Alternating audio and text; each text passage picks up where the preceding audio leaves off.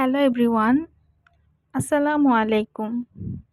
সবাই কেমন আছেন? এই প্রশ্নটা করতেও খারাপ লাগছে।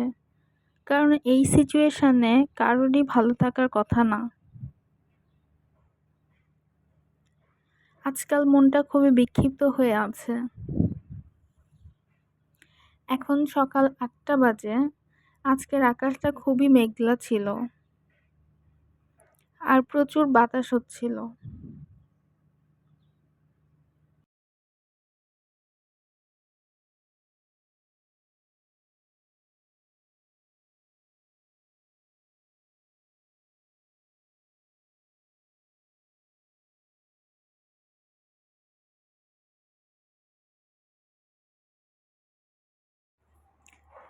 আসলে মনটা খুবই খারাপ হয়ে আছে। গোটা পৃথিবীর কিছু কিছু নিকৃষ্টতম ঘটনা দেখে শুনে মনে হয় যে আসলেই কি আল্লাহ তাআলা আমাদের মানুষ হিসাবে সর্বশ্রেষ্ঠ জাতি হিসাবে সৃষ্টি করেছেন। আমাদের দেশের এই পরিস্থিতিতে আসলে কারোরই ভালো থাকার কথা না। মানুষ কতটা দুর্বিষহভাবে জীবনযাপন করছে, মানে এই কষ্টের কথা মুখে বলে আসলে এটার অনুভূতি কখনোই বোঝানো সম্ভব না। এখনো লক্ষ লক্ষ মানুষ পানিবন্দী হয়ে আছেন। আমার অনেক ফ্রেন্ডের বাসা ওই অঞ্চলগুলাতে, ফেনী, নোয়াখালী, কুমিল্লা। বেশ কিছুদিন ধরে আমার ফ্রেন্ডদের কোনো খোঁজ খবর পাচ্ছিলাম না। ওদের ওখানে টোটাল নেটওয়ার্ক অফ হয়ে গেছে। ওদের মানে খাওয়ার পানি নেই, মানে কি মানবেতর জীবনযাপন করছে এটা আসলে মানে যে যতই বলবো সেটাই কম হয়ে যাবে। তো ওদের খোঁজ খবরও পাচ্ছিলাম না, বেশ কিছুদিন ধরে যোগাযোগ কোনোভাবে করতে পারছিলাম না। তো আলহামদুলিল্লাহ গতকাল ওদের খোঁজ পেয়েছি।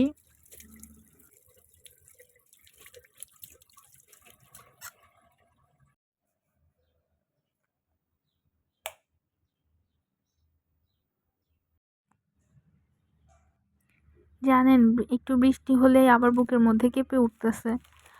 মনে হয় আবার যদি পানি বেড়ে যায়। আর আরও একটা জিনিস দেখে খুবই ভালো লাগছে, যে যার যার জায়গা থেকে যতটুকু পারছে সাহায্য করছে। কি সুন্দর ছোট ছোট বাচ্চারা তাদের জমানো শেষ সম্বলটুকুও দিতে একটুও কুণ্ঠাবোধ করছে না।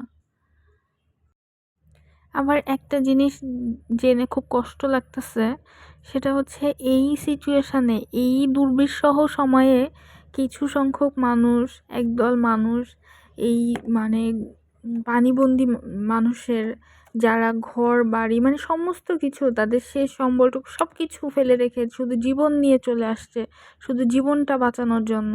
তাদের বাড়িতে হামলা হচ্ছে, তাদের বাড়িতে চুরি ডাকাতি হচ্ছে। মানে আমরা আসলে কোথায় আছি? মানে এই জিনিসগুলা ভাবলেও মনে হয় যে বুকের মধ্যে কেঁপে ওঠে, যে মানে এটা কিভাবে সম্ভব। আল্লাহ তাআলার কাছে একটি দোয়াই করি, আল্লাহ যেন এই মানুষগুলাকে হেদায়েত দান করে। মানে এদের যেন একটু সুবুদ্ধি দেয় এই দুনিয়ার বুকে, যতদিন বেঁচে আছে, বেঁচে থাকাকালীন যেন আল্লাহ একটু সুবুদ্ধি দেয়। আর আল্লাহ তাআলা সবার দোয়া কবুল করে আমাদের দেশটাতে যেন তার কুদরতি রহমত নাজিল করে, এই একটা দোয়াই সবার সবার কাছে। এটাই সবাই দোয়া করেন, যেন আল্লাহ যেন তার রহমত নাজিল করে। একমাত্র আল্লাহর রহমত ছাড়া আমাদের এই বিপদ থেকে, মানে আমাদের দেশটাকে বাঁচানো তো সম্ভব না। অনেক কথা বললাম আজকে। আমার কোনো কথার মধ্যে যদি কোনো ভুল হয়ে থাকে তাহলে আপনারা সবাই দয়া করে ক্ষমা সুন্দর দৃষ্টিতে দেখবেন। দৈনন্দিন কাজকর্মগুলাও ঠিকঠাকভাবে মানে করতে পারতেছি না। সারাদিন নিউজ দেখি, মনে হয় যে আপডেট কি, টিভি ছেড়ে রাখি, ফোনের নিউজগুলাই বারবার চেক করি যে কি হচ্ছে, আপডেটটা কি।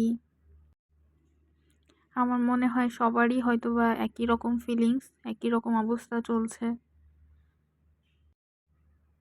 আসলে আর পড়াশোনার কথা কি বলবো, পড়াশোনা তো বেশ কয়েক মাস থেকেই হচ্ছে না।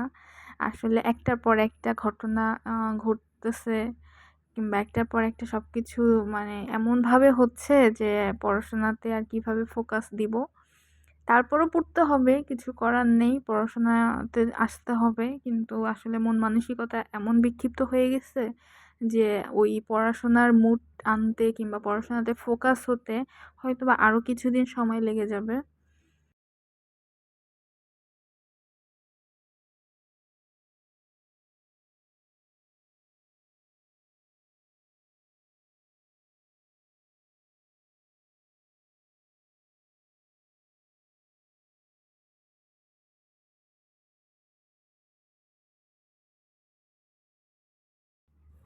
আপনাদের যদি আমার ভ্লগটি একটুও ভালো লেগে থাকে তাহলে প্লিজ আমার চ্যানেলটা সাবস্ক্রাইব করে দিয়ে যাবেন আর আমার ভিডিওতে একটি লাইক দিয়ে যাবেন।